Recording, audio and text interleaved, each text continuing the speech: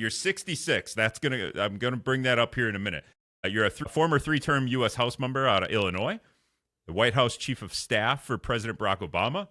You were elected 2 terms as Chicago's mayor, and you were most recently the U.S. ambassador to Japan under President Joe Biden, and you were a senior advisor to Clinton. So you've kind of been in the game for a while. Exactly. Helped create kids' health care, universal health care, and I have also dealt with a number of other things on both welfare reform, immigration reform, and also the balanced budget, which seems like a long time ago. Yeah, we're pretty far from that, balancing a budget, I think. Yeah. If you were to run for president, your slogan, would it be Washington needs a good power washing? I've read that a couple of different times. For me, yeah, it does need a good power washing. Across the board, first and foremost on ethics. You have members of Congress trading stock in front of companies. You have the President of the United States doing investor day for his family businesses in the Oval Office. And you have members of the court literally taking trips and gifts from people that have interest in front of the court. Power wash the place. And today I announced that you cannot have anybody in every federal branch of government, Congress, executive or legislative, involved in the predictive markets and playing poly market.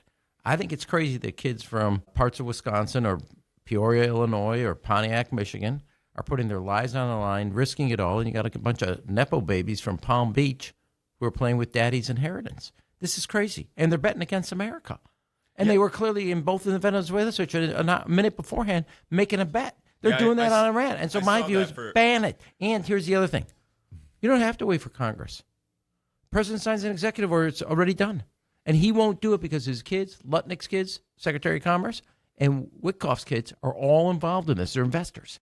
And they're making their own bets on it. We've seen this a lot with, so I saw a couple of stories. A lot of people made a lot of money right before Venezuela, strikes in Iran and in Venezuela. Yeah. Also, when Trump is going to say a thing on the stock market, you saw a bunch of different people invest. So they did it this morning. Somebody made a bet. But here's the other thing. We know now that betting has basically ruined, if not destroyed, but definitely ruined college sports.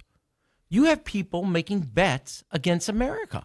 And you ask Americans in the services, and I have 2 kids, Navy reservists, the commander-in-chief ordered them to do something, and you have a bunch of people working on their 20 blocks, suntan, sitting in Palm Beach and Palm Springs, betting. Have you, Rick, in all your time, did you ever think we get to a place where you have people betting on Americans, and who are risking their lives, and all you're doing is working on whether you should roll over and get an equal tan? Give me a break. We're better than this. We have a lot of these. And we've normalized corruption. Yeah. We have become immune to it. And my point is, you got to get out of Washington. All of a sudden you realize we've lost our minds. Yeah, the crypto thing is something I don't think a lot of people understand, but it's obviously something that Donald Trump is using to his advantage personally, and his son's advantage, his kids' advantage. I think anytime you mention his kids, I think people would point to Hunter Biden. I think that's what would be the Republican take. Point to him.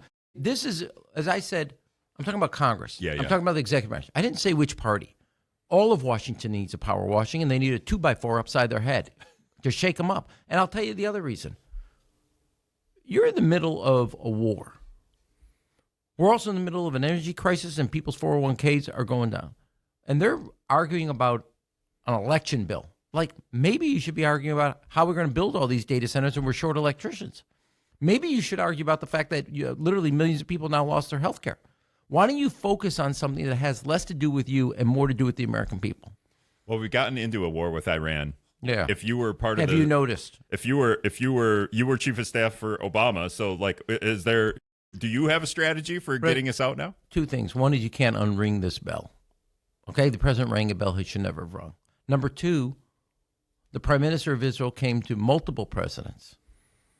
President Clinton, President Biden, and President Obama, just to nail 3 that I know, and tried to convince them to do this. And all 3 knew that the equities and the liabilities outweighed the equities.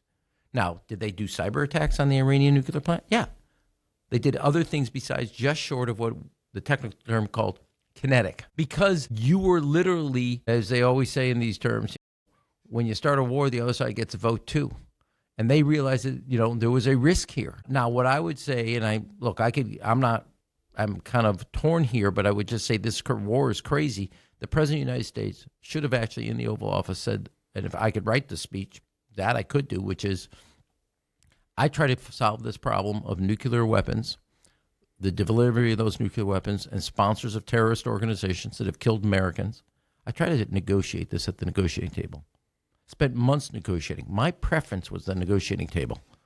But I made a pledge, like every president before me. Iran will not get a nuclear weapon. They would not move on that. So I've decided, as it relates to their capacity to wreak havoc on the world and wreak havoc on the region, we are going to degrade that to the point that they cannot hold the rest of the region hostage. That you could have probably gotten some support, not only here in the United States, but more importantly from our allies as well. But he goes into this regime change and jumps the tracks onto politics. And so unringing this, he's got the place, we got America now between a rock and a hard place, which is we either stop and they now own a veto power over the entire Strait of Hormuz, or we keep going and we not only drive energy up, but we risk American lives and we take this war to another level. That's where we are. What do you think Congress's role should be in all of this, if any? Because it just seems like the thing with Trump is he says one thing one day, another thing the next. He's making fun of Iran on wherever the cameras are, and then the next day he says, "Oh, we're in negotiated talks and we're going to take." I don't know. Down. Look, he's the commander in chief. The toughest decision you make is, which obviously didn't weigh on him, war. You're putting other people, America's prestige, their lives at risk. How can you say, I'm going to take the marine capacity out of Okinawa, Japan, take the entire naval capacity there, our aircraft carrier, I'm moving it, which means you're planning on taking Carg Island.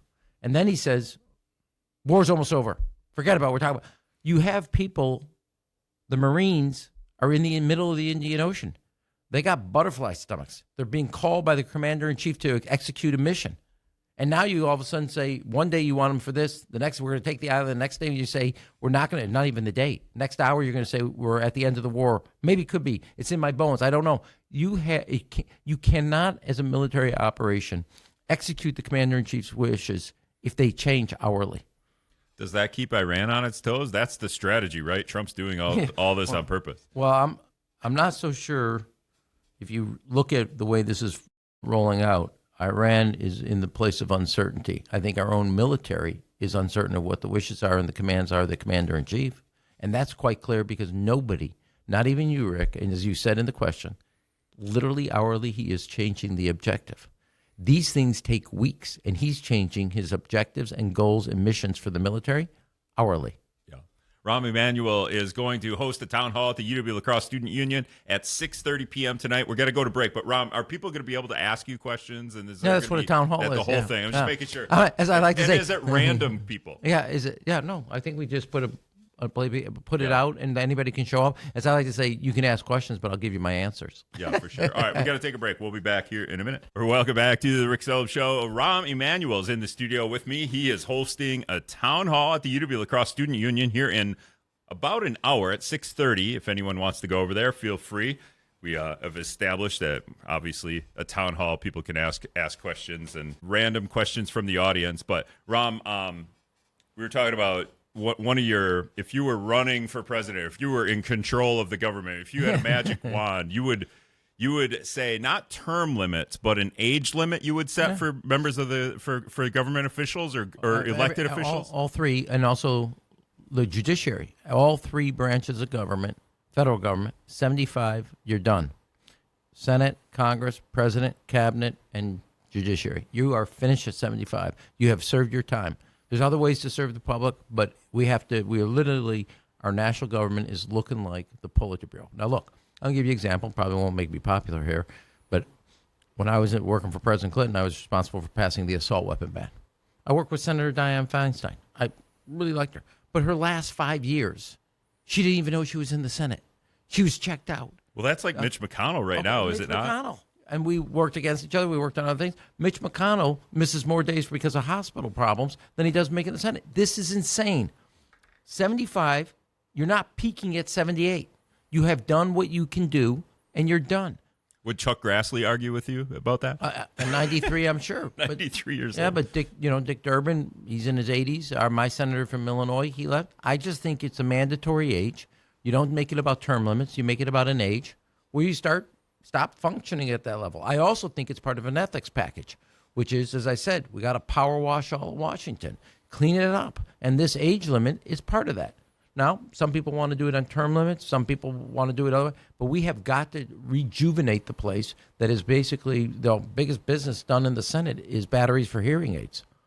Yeah, I don't think anyone's going to argue with that 75 term age limit. People at 76 do. People that are older, I would suppose. Yeah, people in the government. As a society, though, no. I think you would get overwhelming support for that. Yeah. You would get overwhelming support for stock trading bans. For the poly market ban, is that what we're going to call that? I mean, some of this stuff is super easy. What they call predictive markets. Why doesn't that stuff ever get done? I think Josh Hawley's a Republican senator. He's like one of the, if you want to talk about the GOP, one of the leaders of trying to do the stock trading ban. Because first of all, you need leadership in the White House.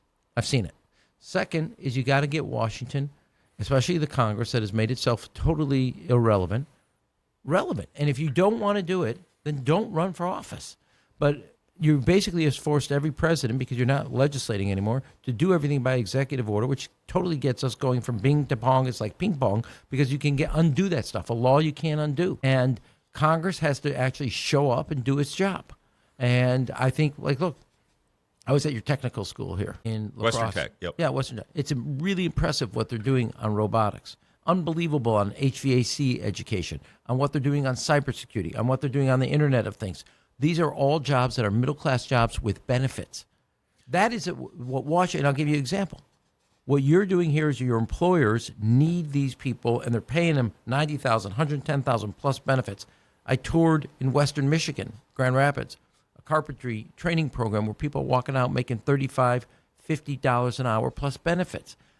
Washington has 43 separate, distinct job training programs on the books. You have the CEO of Ford says, I have 5,000 jobs paying six figures plus benefits, can't find anybody. The head of the broadband industry, I have 150,000 electricians, I can't find them. The head of Microsoft, the hardest thing for data centers today, we don't have 500,000 electricians over the decade. These are good jobs, good benefits, middle-class families. And Washington is AWOL.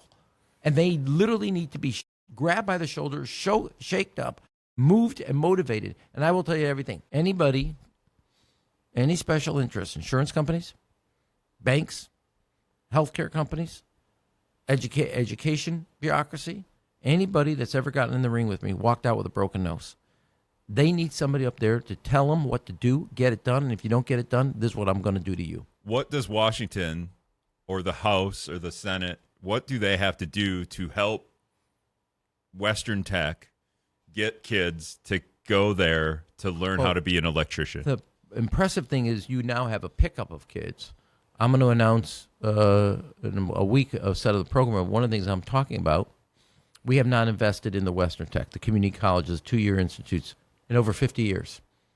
Half the GI Bill of Rights, half the kids coming out of World War II went to community colleges. No more money for these detention centers the president wants to build for ICE. Put it into education centers. What if all of a sudden you had $200 million here to redo the curriculum and do programs so kids from high schools were learning robotics there? What if you actually had money, not only curriculum, say, okay, we're going to have the best in X on nursing right there. And we have the facilities like a mock hospital to teach our nursing. These are all middle-class jobs. And the federal government, rather than building detention centers, should be building educational excellence. All right, so if we have the infrastructure, we still got to get kids to go there. The kids are going there, and it's not just kids. You have people right here in La Crosse in larger communities around this area that work full-time and then go to school. Yeah. So it's more than kids. 40% of the people that we count as post-high school education go to our technical All right, so we have enough people going to get these jobs, or we don't? Because you just said that we have enough people. We have to, but what we're missing is we actually not only need more people, by one example, they're debating now on cybersecurity and over at Western Tech and also on robotics, adding possibly a teacher. They're short money. Okay, because there's a backlog, full students. They do 40, I think I'm doing this by memory, 48 kids per class in the robotics and in the cybersecurity, and they're short teachers. They could add another class. That would be the 50-50 between the federal government, state of Wisconsin, get these kids into the cyber program, and you'll walk out $90,000 a year. Then we got to take a step back. How do we get more students, kids, adults to change jobs so they become teachers? Yeah. So that we have, is there the shortage then? Yeah, there's no doubt a piece of it. And we all know they get great salaries, the teachers. You talk about the salaries for robotics jobs are great. Teacher salaries, not but really. here's the other thing. So we did this when I was mayor. We set a goal, which we achieved. 50% of our kids would graduate high school with college credit already under their belt. So they were confident. Their parents, they could do it. Their parents saved money. They didn't have to pay for that credit again. Whether they went to, in Chicago, the community colleges, or they went to Loyola, DePaul University, or they went to the University of Illinois, Chicago, or they went to the technical school like here in La Crosse, or they went to Madison. I don't care where you go. We also set a goal in high school. I'll give you an example. Couldn't get your high school diploma. It was a requirement unless you showed us a letter of acceptance from college, community college, a branch of the armed forces, or vocational school. Every kid knew where they were walking on the graduation day. To me, these are the types of things where you invest in the people. Education, high school, starting it early, getting them access to the robotics. They have this great program you have where they're already not only in the high school, they're in the elementary school on these technical robotics, cybersecurity, all the types of advanced manufacturing, and they will walk out. They're ticket punched already. So I live in Minnesota. We passed, as Democrats took full control of the government there a couple years ago. They passed free college for anyone going to, if you haven't gone to college, you get free college. Any family making under $70,000. What do you think of an idea like that? I'm for it. We did this in Chicago. You earned a B average in high school. We gave you free community college books and transportation. B average. We've made you put some skin in the game. Second, and Governor Walz obviously did by income, we also said in that idea, not only a B average, then it was called Chicago Star. We went to DePaul, Loyola, all the schools in the area. If the kids maintained the B average in community college, they got 40 to 50% off of tuition at the local universities for the final 2 years. Okay. Kids were graduating college and they're with no debt. Parents did not have to sell their home or had to take a second mortgage. So, yes, I'm for it.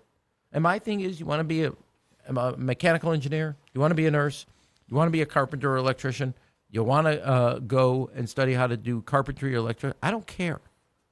Every one of those, America needs you, and those are middle-class jobs. You can buy a home, you can save for your retirement, you can save for your kids' own education, and the health care costs won't put you in the Chapter 11 in the poorhouse. These are great incentives for Chicago, for Minnesota. If I wanted, I can do that. I'm going to move to Chicago and do that. I'm going to move to Minnesota and do that. Should the federal government be doing this? So it's just not like an incentive. It's I believe, across the U.S. I believe firmly in the values. You got to have some skin in the game, which is why I did the B average. I don't think you just get something. No, but I'm saying, should the federal government do this across the nation? The federal government should partner with the state in a 50-50 deal and say, okay, let's take Wisconsin. All our technical schools have to offer X of dual credit, dual enrollment in the high school. You have in this area for the Western Tech, you have I think it was 29 high schools in the 11 counties. There should be a dual credit, dual enrollment program for all those high schools tied to Western Tech. Yeah. So kids don't have to repeat that credit. Parents don't have to spend the money on it. They get it in high school. I'm for what Minnesota said. $70,000 less, you get free. They're tying it to income. I tied mine to grades. And I think we know 3-4 things we live in a period of time where you earn what you learn. High school just won't cut it. But we have never modernized our education. There are 4 great periods of economic growth in American history. Land-grant colleges, universal high school education, the GI Bill of Rights, and the Sputnik Challenge. The one through line of America's great economic growth periods is education. You invest in Americans, America does well. Rahm Emanuel is in studio here. He's got to go because he's got to get to this town hall at the UW-La Crosse Student Union. Rahm, appreciate you coming in. Thanks very much, man.